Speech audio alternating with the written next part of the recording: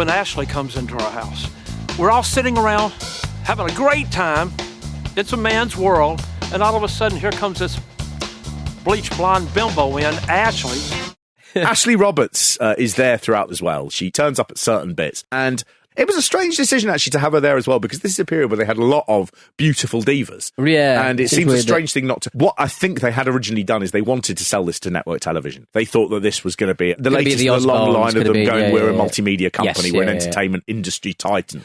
And they were trying to get this out. And I think her presence was to kind of go mainstream appeal. Yeah. But then, oh my God, the best scene with her, Pete, it happens at episode 8. Is it... When she comes in to say goodbye. And Pat Patterson pulls down... No, Howard Finkel's shorts just fall around his ankles while we're hugging. No, it's the best thing in the world. Pat Patterson pulls them down. Yeah. Oh, I thought they just fell off. Pat Patterson absolutely pulled them down, but when he goes to pull them back up, it's so undignified.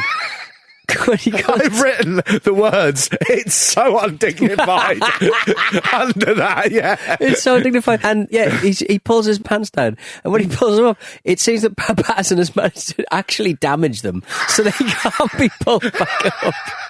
Yeah, Pat Patterson just absolutely goes through it. And she just does that kind of like nurse in a nursing home. Oh dear, let's get these back on, shall we? The difference between how they think she might see them and how she does see them is such a big gulf. Oh dear, looking at the cameraman. Go, oh dear. Looking at the floor manager. Oh dear. Let's get those back up.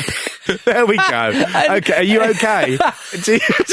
And then they do like a little, talking to the producer shot. And Finkel goes, I have no comment on that. Like, he's really annoyed about it. He's so annoyed about it in for humour when it is literally him saying, I do not want to talk about it. And they're like, stick that in. Oh, yeah. That really is the cherry on top. In 10 minutes, he'll be in tears at a table talking about how he's been bullied all his life. So whoever did the edit is just like, they'll have forgotten about this bit by the time we get there. Pat Patterson's like in charge of the WWE almost. Yeah. Well, you know what I mean? He's so high up. And what was a funny thing is, Atlas and Patterson are the outliers here. The other guys all worked together in the mid-80s during that boom. Patterson had his wrestling career had ended, but he was backstage and hugely important. And you have Tony Atlas, who basically his WWE career had ended around 83, and he'd been in the independents and just not doing very much. They brought him back for a very, very, cup of coffee in 91 as Saba Simba, who was a sort of very stereotypical African warrior. Right, yeah. But he dropped out again. And so there was a funny bit about the two of them being brought in. They didn't seem to fit the rest of the Legends house. But Pat Patterson then gives the whole series the thing it was building up to, which is an emotional ending. And Tony Atlas is just nothing but content. And you suddenly do see that they were good choices, those two. I know I said a lot of bad things about them horses. So I went back to apologize to the horse, and he gave him hay. And it was if he looked at me and said, go F yourself. He didn't want my apology. The bit that it builds up to is the dinner table. Yeah. So they talk about, suddenly everything comes out, and they've all been a bit sort of like reserved and a bit antsy around each other and just not finding their feet at all in this show. And then they sit around the dinner table and they sort of say the wrestling world was a safe haven, says Hillbilly Jim, and they're finding it very difficult to work out who they are now that big part of their lives is over. Oh, it's talking to Boosie, weren't they? That's what I'm saying. When Gary Boosie leaves to another film, he's a different character. We stay as Roddy Piper. We stay as Hillbilly Jim. We stay as all these characters. That's right. And so, completely by accident, the producers have actually produced a couple of nuggets of actually quite interesting stuff, like identity, culture and stuff. And they stumble onto it. They didn't mean to do it. All of their prompts that they try to have kind of like fallen a bit shit because they're just not into it. But I think it's they happened upon a couple of nuggets there. They build up to that thing of saying, Pat Patterson begins sort of saying, we're not being true to ourselves. And it comes out of nowhere. It doesn't quite make sense unless you know what he's building up to, which is that for the final episode, Pat Patterson was going to publicly reveal that he was gay.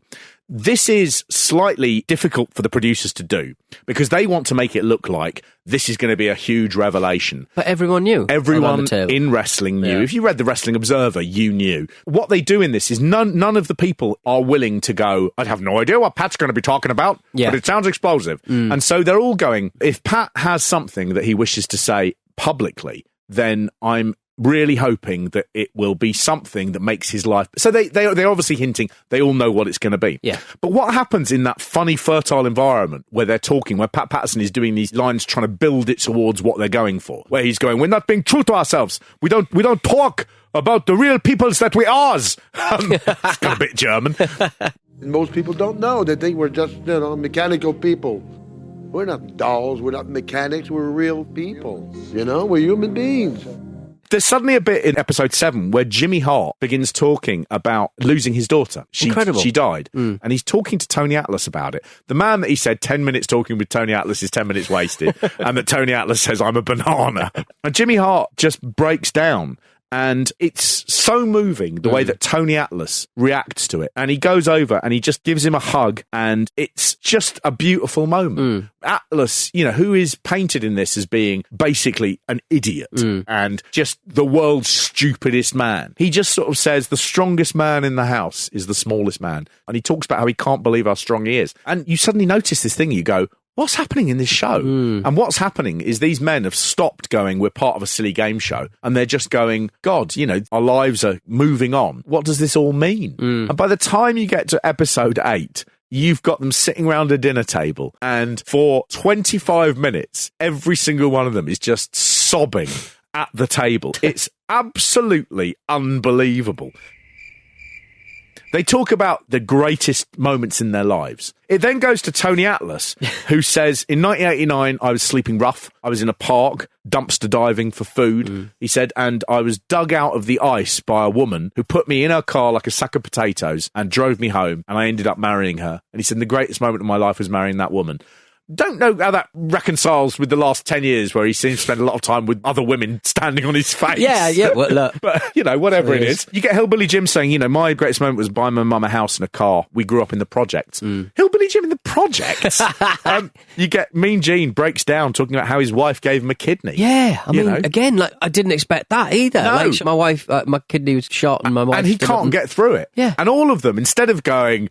Oh, well, maybe you shouldn't be drinking so much now. They're all going, it's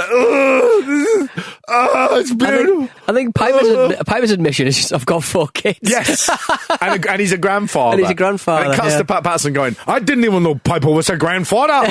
He's like, that was crazy. That's the craziest thing I ever heard. Yeah. I was like, what? When they say about the greatest moment after all this, Jimmy Hart does go, WrestleMania 1, the big mark. But then Pat is just throwing more of these things where he's going, we're not dolls, we're not mechanics, we're real people. I mean, it's so emotional. Episode 2, they were rolling out of polo carts and going, that was a good game, tough guy. And now they're talking about losing loved ones. Yeah. It's so... mad. I mean, and then Patterson talks about how he's gay. And everyone in the room did know that. It was, I think, they chosen, to do as a sort of dramatic reveal. He talks about, he had a friend for 40 years. He mentioned in his later autobiography, he hated the word boyfriend because he felt it wasn't a word that he felt comfortable using. He only ever said my friend. And it was a guy called Louis Dondero. And Louis Dondero wasn't in the business, but was known backstage and loved by everyone. But Louis Dondero had died a couple of years before. And that, I think, adds an extra bit where Patterson is paying tribute to the friend that he's lost. Mean Gene immediately goes to the producers just going, you couldn't meet a better person. And so make it clear that they've all met this guy numerous times. Absolutely cutting it off at the legs. Absolutely. Having Patterson then at the table just going, I'm free now, I'm free. It's a work. Yeah. It is a bit of a work. But I don't think anytime someone is going out on television and saying, this is what I am, is ever an easy thing to do. And it's never a bad thing to do. 54 years in the closet. Congratulations, man. Love you. After this really emotional scene, they go on to the party, and that's the final scene. They've written, Jimmy Hart and Hillbilly Jim have written a song, which is called This House Is Shaking. And it's chaotic and it's appalling.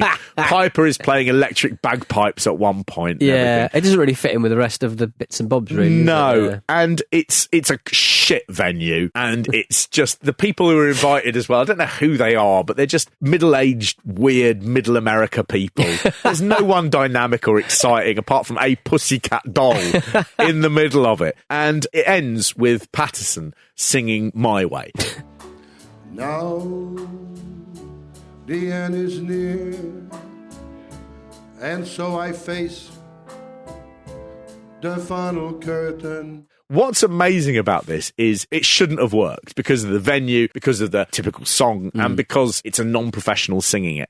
And instead, what it becomes is they do cutaways, and you have everybody listening to this song and clearly relating it to the fact that they are going to have to say goodbye, not just to this project, but also to their life in wrestling. And Piper is smiling and crying, and right at the end of it, Gene is yelping and crying and laughing at the same time. And every single one of them is devastated by the performance. And at the words of one who kneels, the record shows I took the blows and did it my